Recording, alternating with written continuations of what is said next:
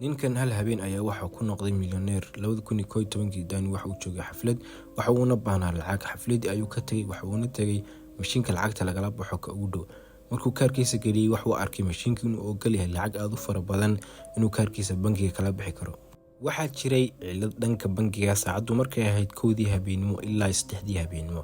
halka ay mashiinada lacagta khalkhal internet haystay xiligaas mashiinka waxa uu ka soo saaray lacag aad u fara badan 4 bilood ugu dambeysay waxa uu ku bixiyay lacagtaas waxyaabo badankooda maaliyacni ah sidii inuu xaflado ku tago khamri ku cabo xataa waxa uu kareystay diyaarado VIP oo isagu khaas asxaabtiisana waxa uu ka bixiyay lacagaha jaamacadda laga rabay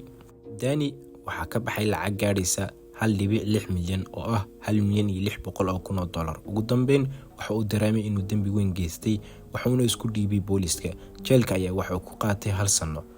lacala haddii ku dhici lahayd booliska ma isku dhiibi lahayd ama lacagtaas intaas leeg haday gacantada ku soo dhici lahayd maxaa ku sameyn lahayd videoga haduu ku cajibay fadlan waxaan ka codsanayaa like share follow and subscribe kuma sanad dawshada